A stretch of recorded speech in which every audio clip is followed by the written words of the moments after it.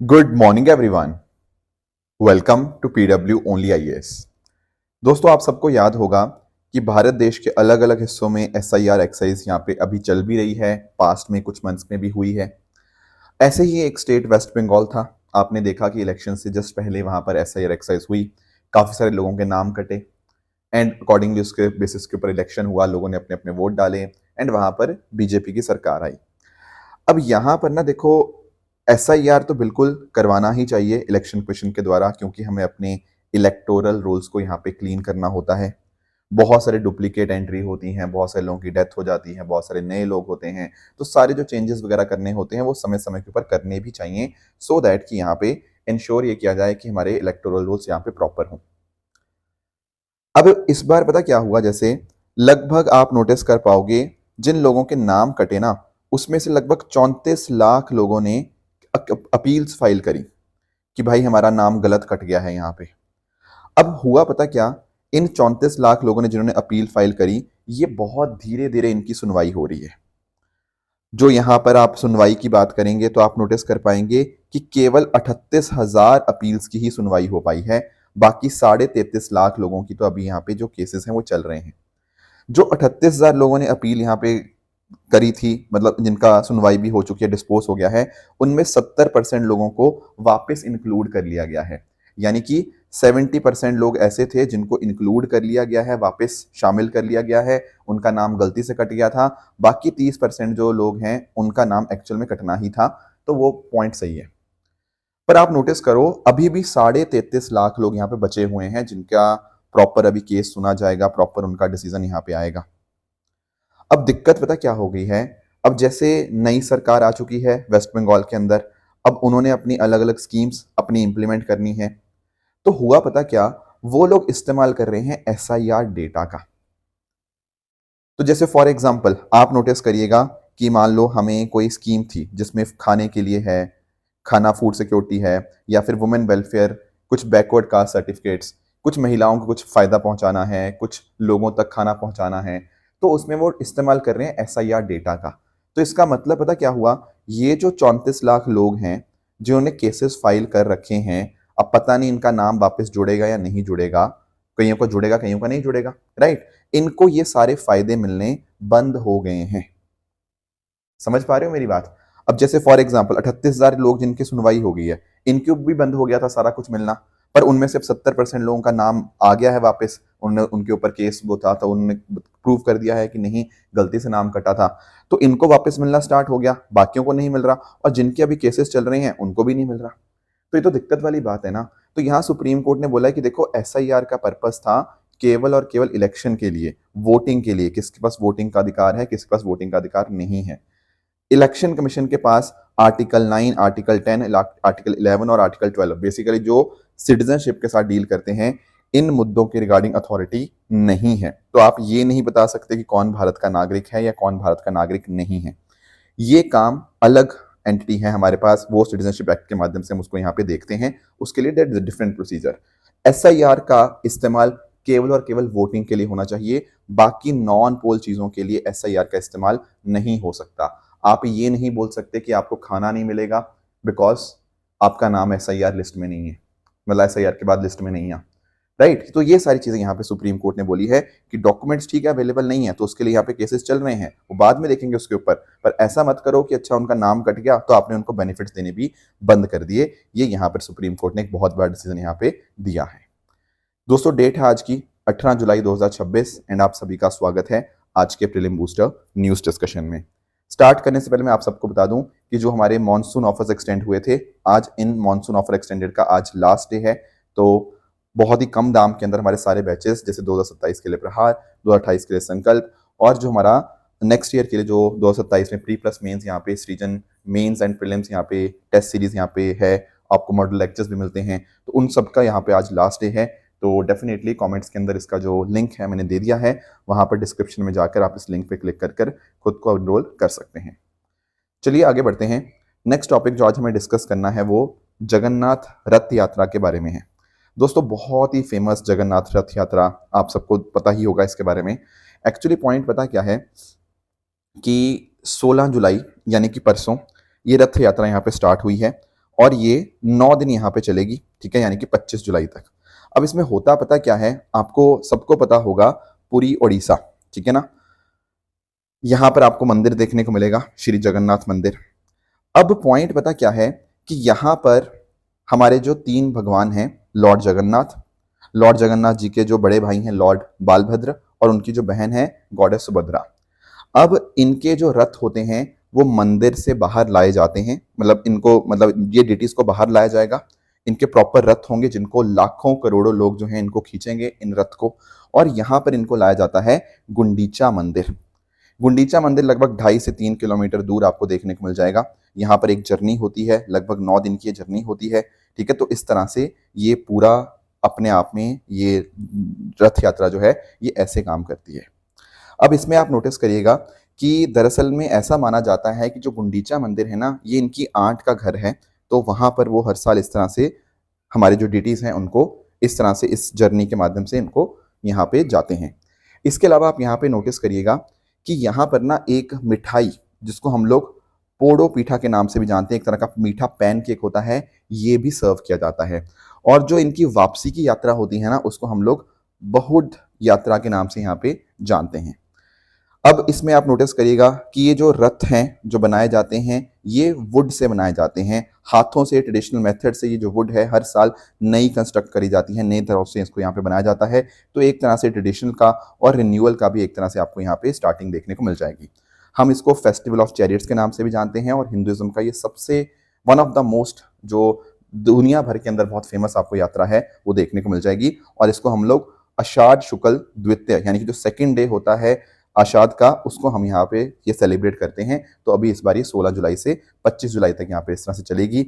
हर एक डिटी का जो चैरियट है वो अलग अलग होता है। जैसे for example Lord Jagannath ji के लिए होता है नंदी घोष, लॉर्ड बालभद्र के लिए होता है ये ताल ध्वज, एंड गॉडेस सुभद्रा के लिए यहाँ पे आपको देवदलन या फिर आपका दर्पदलन आपको यहाँ पे देखने को मिलेगा। तो ये कौन से मंदिर की हम बात कर रहे हैं? हम बात कर रहे हैं जगन्नाथ मंदिर की। ये जो मंदिर है ये भारत के जो 4 धाम है, आप सबको पता होगा कि जो 4 धाम भारत के अंदर है, ठीक है, द्वारका है, रामेश्वरम है, ठीक है।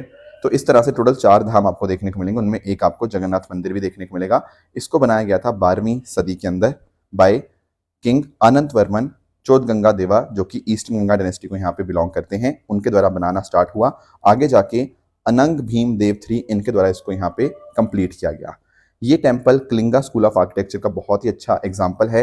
नागरा स्टाइल का ही एक वेरिएशन है। बेसिकली उड़ीसा में जो टेम्पल्स है ना, उनको हम मोस्टली कलिंगा स्कूल के अंदर देखते हैं, और ये नागरा स्टाइल का ही एक सब स्कूल आप यहाँ पे इसको बोल सकते हो।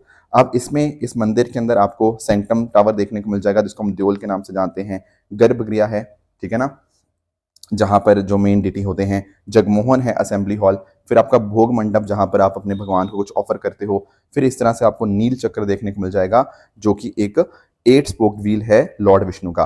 बेसिकली ना जो जगन्नाथ जी हैं, लॉर्ड जगन्नाथ हैं, इनको हम लोग विष्णु जी का ही एक फॉर्म हम यहाँ पे तौर के ऊपर पूछते हैं। इस टेम्पल के 4 एंट्रेंसेस भी हैं। एक है सिंह द्वार ईस्ट के अंदर, हस्ती द्वार नॉर्थ में, व्यग्र द्वार वेस्ट के अंदर, एंड अश्व द्वार साउथ के अंदर। तो ये कुछ बातें हैं जगन्नाथ रथ यात्रा के बारे में जो आप सबको क्लियर होनी चाहिए।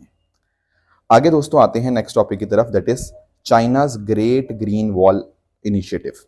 अब देखो ये ना इनिशिएटिव आज के टाइम दुनिया भर में बहुत ही ज़्यादा पॉपुलर हो रहा है, और इनफैक्ट ना ये टॉपिक प्रीलिम्स में भी आ सकता है, अदरवाइज मेंस के अंदर कभी भी डेजर्टिफिकेशन का क्वेश्चन आए और आपको कुछ अच्छी केस स्टडी मेंशन करनी हो, आप यहाँ पर इनका मेंशन, इस पर्टिकुलर चाइना के ग्रेट ग्रीन वॉल का मेंशन कर सकते हो। पॉइंट आता है कि है क्या दोस्तों, चाइना ने ना 1978 के अंदर बहुत बड़े स्तर के ऊपर कोशिश करी कि डेजर्टिफिकेशन को रोका जाए। अब उसके लिए इन्होंने एक टेक्निक का इस्तेमाल किया जिसको हम लोग जानते हैं स्ट्रॉ चेकर बोर्ड मैकेनिज्म के माध्यम से। होता क्या है, देखो यहाँ पर आप पिक्चर देख पा रहे हो, इधर देखो, इस फोटो को देखो, यहाँ पर आप नोटिस करो, आपको इस तरह से ये कुछ स्क्वायर या रेक्टेंगल टाइप के आपको ग्रिड्स देखने को मिल रहे हैं, दिख रहे होंगे ना ये सारी। ये देखो, ये सारी इस तरह से ग्रिड्स आपको देखने को मिल रहे हैं, जैसे चेस का ग्रिड नहीं होता, बिल्कुल वैसा ही ग्रिड बना दिया जाता है। तो होता पता क्या है, इस तरह से मान लो 1 बाय 1 मीटर का हमने ग्रिड बना दिया, ठीक है। अब इसके ऊपर ये क्या रखा क्या हुआ है, इसके ऊपर होती है ये स्ट्रॉ। ये स्ट्रॉ मतलब आपकी व्हीट स्ट्रॉ, राइस स्ट्रॉ, ये सब स्ट्रॉ यहाँ पे रखी जाएगी, सैंड ड्यून्स के ऊपर आपने इस तरह से रख दिया। ठीक है, इसका फायदा क्या होगा? देखो होता पता क्या है, डेजर्ट के अंदर ना आपकी हवाएं चलती हैं, डेजर्ट विंड्स। उससे क्या होता है, आपके सैंड पार्टिकल्स होते हैं वो इधर उधर मूव करते हैं।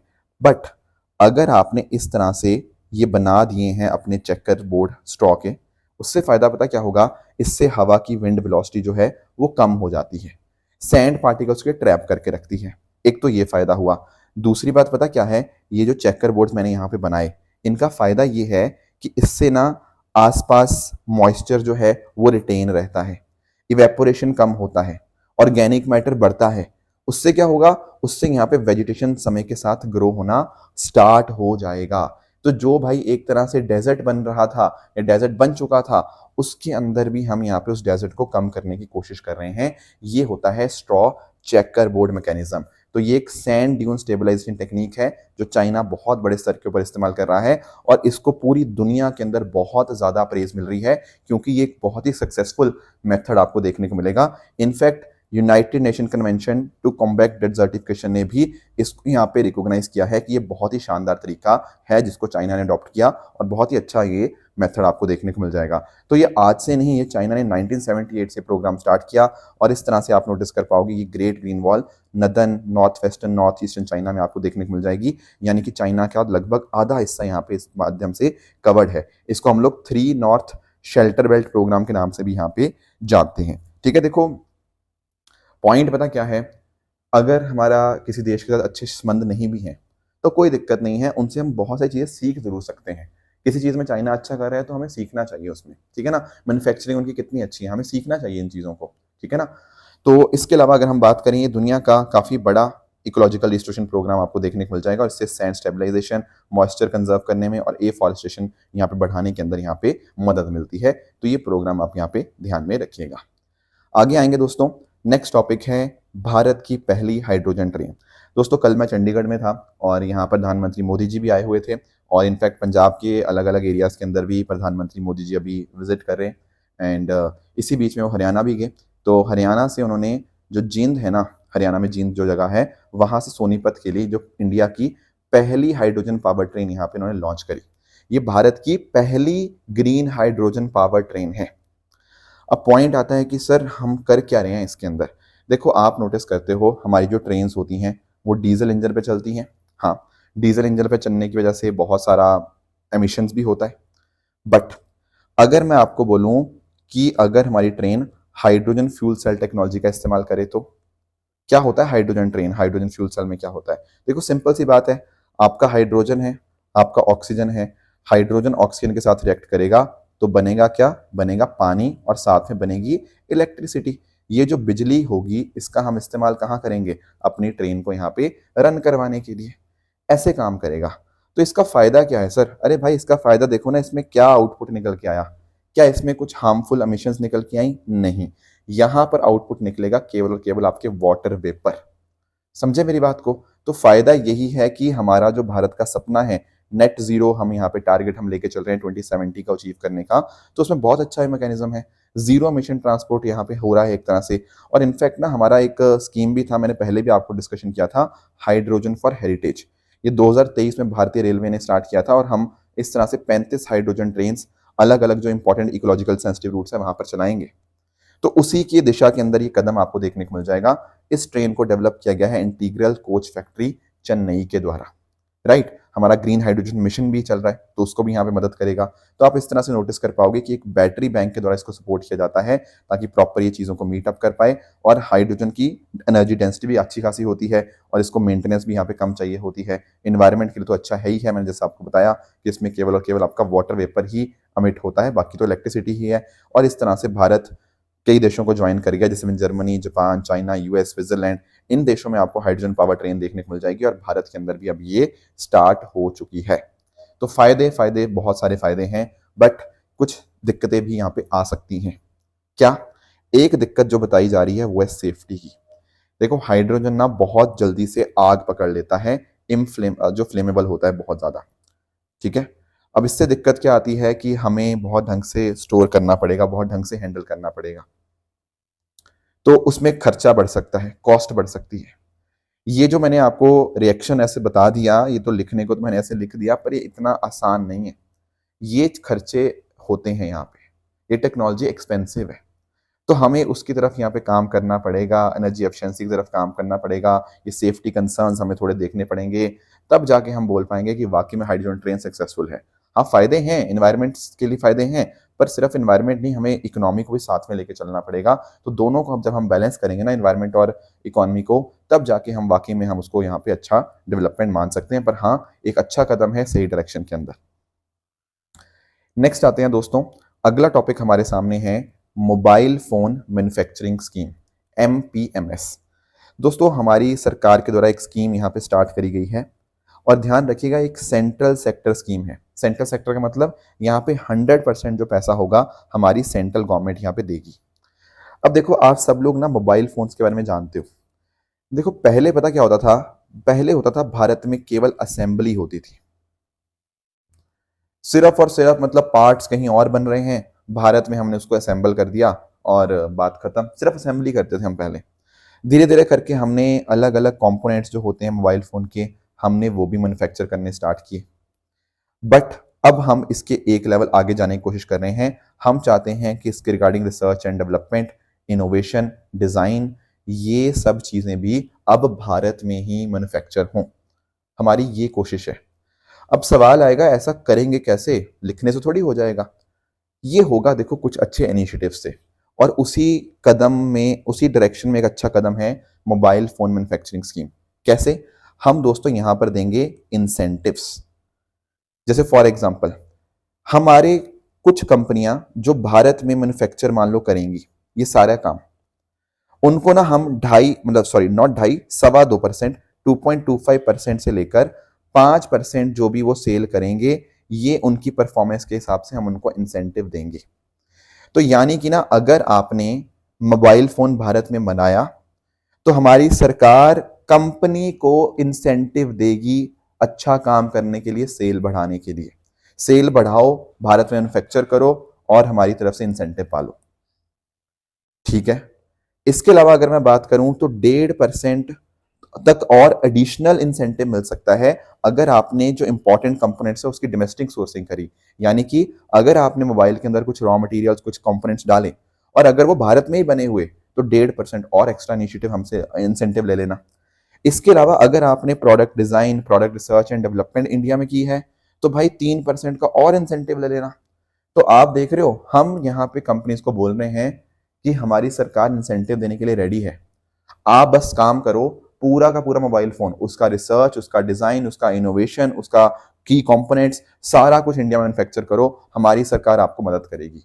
तो ये स्कीम अगले 5 साल के लिए चलेगी, ठीक है ना। और इसके लिए बजट 62,500 करोड़ का यहाँ पे दिया जा रहा है। और ये मिनिस्ट्री कौन सी है? Ministry of electronics and information technology. इससे भारत मोबाइल फोन प्रोडक्शन को बहुत बड़े स्तर के ऊपर लेकर जा पाएगा। हमारी डोमेस्टिक वैल्यूडेशन बढ़ जाएगी। पहले सिर्फ वैल्यूडेशन असेंबली की होती थी, अब पूरा का पूरा चीज ही इंडिया में बनेगी। इससे इंडियन ब्रांड्स और प्रमोट होंगे, हमारे यहाँ पे नौकरियां जनरेट होंगी, एक्सपोर्ट बढ़ेंगे।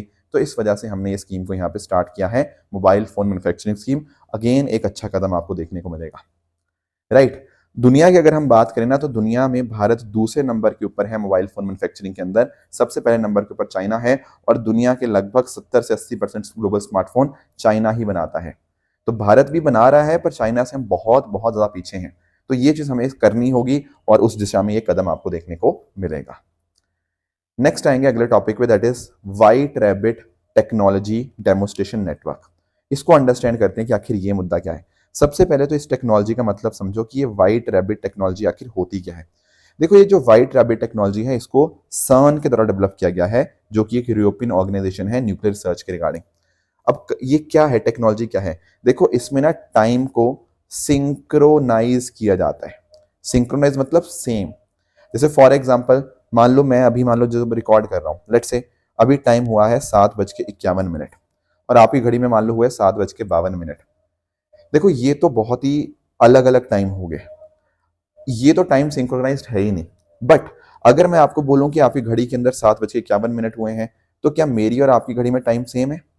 आंसर इज जरूरी नहीं है। क्यों? क्योंकि देखो, हो सकता है अंदर के जो सेकंड्स हो वो हमारे अलग हों। सेकंड छोड़ो, आगे नैनो सेकंड अलग हो सकते हैं। और देखो यार, आप में से कई बच्चे सोचेंगे सर सेकंड से क्या ही फर्क पड़ जाएगा, नैनो सेकंड्स बदलने से क्या ही फर्क पड़ जाएगा।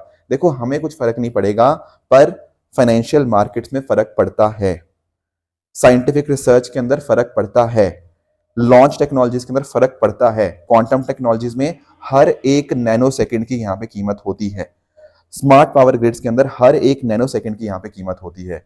तो इस तरह से हमारी जो डिवाइसेस हैं उनके अंदर पूरी तरह से सिंक्रोनाइजेशन हो, उसके लिए आपको यहाँ पे व्हाइट रैबिट टेक्नोलॉजी देखने को मिल जाएगी, जो कि एक ओपन सोर्स टेक्नोलॉजी है, इथरनेट बेस्ड प्रिसीजन टाइमिंग होती है इसके माध्यम से, जो कि सर्न ने डेवलप करी है। तो सेम टाइम आपको दिखेगा, और इस तरह से इसका फायदा कई कई चीजों के अंदर, जैसे मैंने आपको बताया ना कि फाइनेंशियल मार्केट्स में तो हर एक सेकंड या हर एक नैनो सेकंड इंपॉर्टेंट है।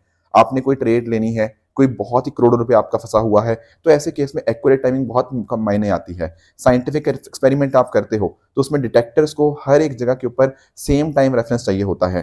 क्वांटम कंप्यूटिंग के अंदर, 5G नेटवर्क, डेटा सेंटर्स के अंदर everything is very very important. Even GPS जो हम बात करते हैं ना, उसके लिए भी बहुत एक्यूरेट एटॉमिक क्लॉक चाहिए, तभी तो सैटेलाइट की नेविगेशन पोजिशनिंग सिस्टम हम उसको अच्छे से अंडरस्टैंड कर पाएंगे, राइट। ये है दरअसल में व्हाइट रैबिट टेक्नोलॉजी। अब इंडिया ने पता क्या किया, इंडिया ने इसी व्हाइट रैबिट के ऊपर बेसिस हमने इंडियन स्टैंडर्ड टाइम को भी यहाँ पे लिंक कर दिया। समझाता हूं क्या हुआ है। देखो हमारा ना एक इनिशिएटिव है वन नेशन वन टाइम, ठीक है ना। अब इसको हमने क्या किया, ये जो व्हाइट रैबिट वाली चीज थी, इसमें हमने इंडियन स्टैंडर्ड टाइम, जो हम आईएसटी, जो हमारा खुद का टाइम होता है, उसमें हमने इंश्योर किया कि हमारे पास भी यही सेम चीज हो। अभी तक हम जैसे जीपीएस के ऊपर डिपेंडेंट हैं, पर हमने इसी व्हाइट रैबिट, जो कि अपने आप में एक ओपन सोर्स टेक्नोलॉजी है, इसी की मदद से हमने आईएसटी डिस्ट्रीब्यूशन नेटवर्क बना लिया। यानी कि अब भारत के अंदर भी जो हाई प्रिसीजन टाइमिंग चाहिए होती है, बिल्कुल यहाँ पे देखो ना, ये नैनो सेकंड, पिको सेकंड, इतनी यहाँ पे एक्यूरेसी यहाँ पे होगी। इसके माध्यम से हमारी साइंटिफिक रिसर्च को बहुत ज्यादा मदद मिलेगी, तो टाइमिंग बिल्कुल सिंक्रोनाइज हो जाएगा। जीपीएस के ऊपर कोई डिपेंडेंट यहाँ पे रहने की जरूरत नहीं है, बहुत ही हाईली एक्यूरेट है, बहुत ही सिंक्रोनाइज टाइमिंग यहाँ पे ये देगा। और इसके माध्यम से क्योंकि हमने डिपेंडेंसी खत्म कर दिया, हमने खुद का बना लिया है, तो उससे एक तो हमारा क्रिटिकल इंफ्रास्ट्रक्चर बच जाएगा साइबर अटैक वगैरह से। एंड इसके अलावा अगर हम बात करें हमारे banking, stock exchange, telecommunication, power grid, इन सब की रिलायबिलिटी, सिक्योरिटी और ज्यादा बढ़ जाएगी। तो ये है आपका white rabbit technology demonstration network. तो ये कुछ मुद्दे थे जो आज हमें डिस्कस करने थे। अब रही बात ट्रू एंड फॉल्स स्टेटमेंट की, यहाँ आपके सामने कुछ स्टेटमेंट्स हैं, इनको आप पढ़िएगा, बताइएगा इनमें से कौन सा सही है, कौन सा गलत है। एंड जो कल मैंने आपको होमवर्क दिया था, एक था कुंदनकलम न्यूक्लियर पावर प्लांट के बारे में। देखो क्या ये तमिलनाडु के अंदर ही है? बिल्कुल, ये जो बात लिखी है बिल्कुल दिस इज करेक्ट स्टेटमेंट। दूसरा जो मैंने बात की थी कल एक टेम्पल के बारे में, दोस्तों जो टेम्पल है ना, ये जो डिस्क्रिप्शन दी हुई है गलत है। ये तो मैंने अभी ये बात बताई आपको, ये तो हम अभी पढ़ रहे थे जगन्नाथ टेम्पल के बारे में। ये जो टेम्पल है, ये जो थकुची टेम्पल है, ये तो आपको देखने को मिलेगा तमिलनाडु के अंदर, ठीक है ना। और ये लिविंग हिंदू टेम्पल तो इसी के रिगार्डिंग था, बट बाकी ये जो पूरी उड़ीसा वाली बात है ये गलत है। यहाँ पे ये तमिलनाडु के अंदर देखने को मिलेगा, शोकेस करता था ये चोला आर्किटेक्चर को। गुरु रविदास जी की बात करें तो बिल्कुल ये एक भक्ति मूवमेंट के सेंट थे, ठीक है ना, और इनके जो हिम्स हैं वो गुरु ग्रंथ साहिब के अंदर इंक्लूडेड हैं, that is a correct statement. Caspian sea की दोस्तों बात करें, क्या ये ब्लैक सी के साथ कनेक्ट करता है डार्डनेस और सी ऑफ मरमरा से? नहीं। एक्चुअली पता क्या है, अगर आपने नोटिस किया होगा, ये मैं आपको थोड़ा समझाता हूं। आप सब लोगों ने बॉस्फोरस स्ट्रेट के बारे में सुना होगा। होता पता क्या है कि अगर आप ब्लैक सी और आप मेडिटेरियन सी के बीच में देखो, तो कनेक्शन इनके माध्यम से होता है। बॉस्फोरस स्ट्रेट आती है, डार्डनेस स्ट्रेट आती है, ठीक है, सी ऑफ मरमरा आता है, तो ब्लैक सी और मेडिटेरियन सी का कनेक्शन होता है, ना कि कैस्पियन सी का। इसलिए ये स्टेटमेंट भी अपने आप में गलत बन जाएगा। तो यही थी हमारी आज की डिस्कशन। इस तरह से आप सब लोग हार्डवर्क करते रहिए। All the very best. जय हिंद, जय भारत।